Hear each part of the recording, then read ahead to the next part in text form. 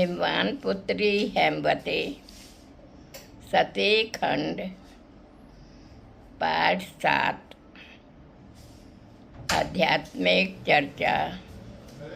नीलकंठ शिव।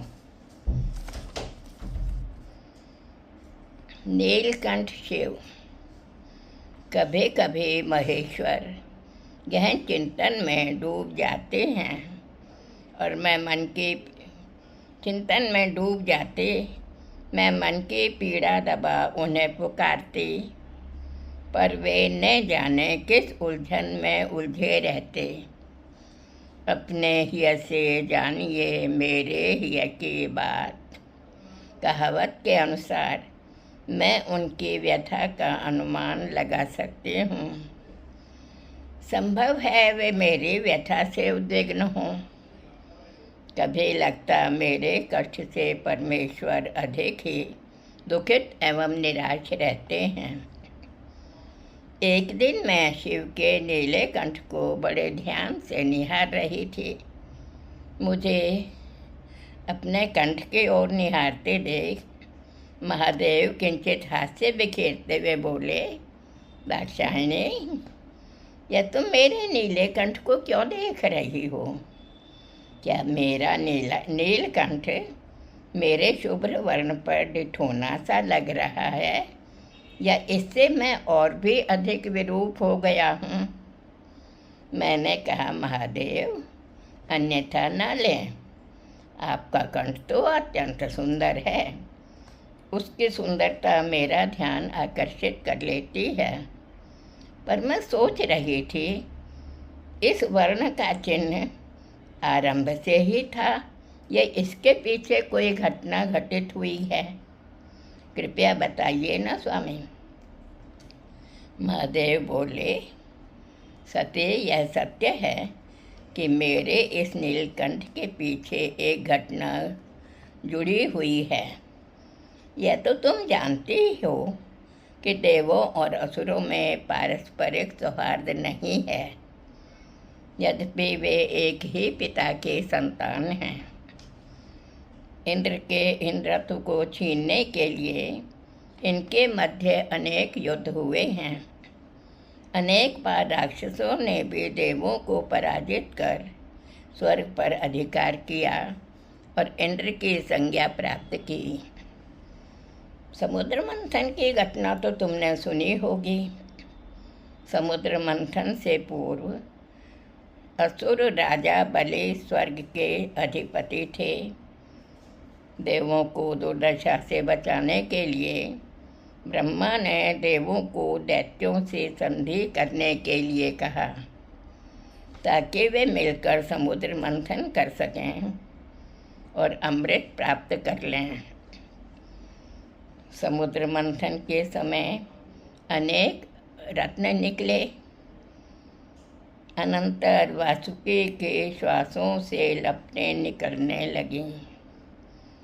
समुद्र में खलबली मच गई। मछली, मगर, सर्प, कछुए भयभीत होकर इधर उधर भागने लगे। मत्स्य, समुद्री हाथी और ग्राह व्याकुल हो गए। उसी समय सबसे पहले हालाहल नाम का अत्यंत उग्र विष निकला था। वह हर सीमाओं में उड़ने और फैलने लगा। उस असह्य विष से बचने का कोई उपाय न देख देव, दानव, ब्रह्मा, विष्णु मेरे शरणागत हुए। हालाहल विषपान। सती, अच्छा, तो तुम अनजान बनकर मेरे मुख से ये वार्ता सुनना चाह रही थी। जब मैंने विषपान करने से पूर्व तुम्हारे और प्रश्नात्मक दृष्टि से देखा था, तो विषपान करने में भी तो तुम्हारी सहमति थी ना? मैंने कहा, हाँ महादेव, आपके साथ पुरानी स्मृति ताज़ा करके पुराने दिनों में लौट जाना कितना सुखमयी लगता है ना प्रभु। महादेव बोले, हाँ सती, बिना आनाकानी करते हुए मैं भी पूरी वार्ता को पुनः सुनाने के लिए तत्पर हो गया था।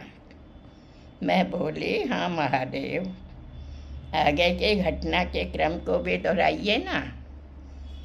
महादेव ने आगे कहा, जिस समय देवासुर सारे हमारे समीप आए उस समय हम दोनों कैलाश पर थे, विराजमान थे।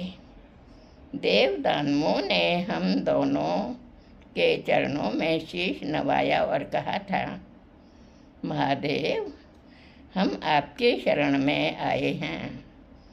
समुद्र मंथन से उत्पन्न त्रिलोकी को भस्म करने वाले उग्र विष से आप ही हमें बचा सकते हैं।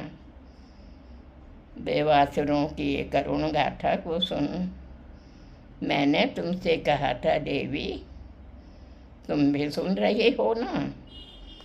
समुद्र मंथन से निकले कालकूट विष से लोग दग्ध होकर हमारे शरण में आए हैं।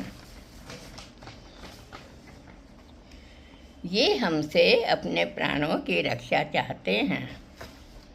इस समय मेरा भी यह कर्तव्य है कि मैं इन्हें निर्भय करूं, क्योंकि शक्ति और सामर्थ्यवान लोगों के जीवन की सार्थकता इसी में है कि दुखियों की सार्थकता में है। सज्जन पुरुष अपने प्राणों की बलि देकर भी दूसरे के प्राणों की रक्षा करते हैं।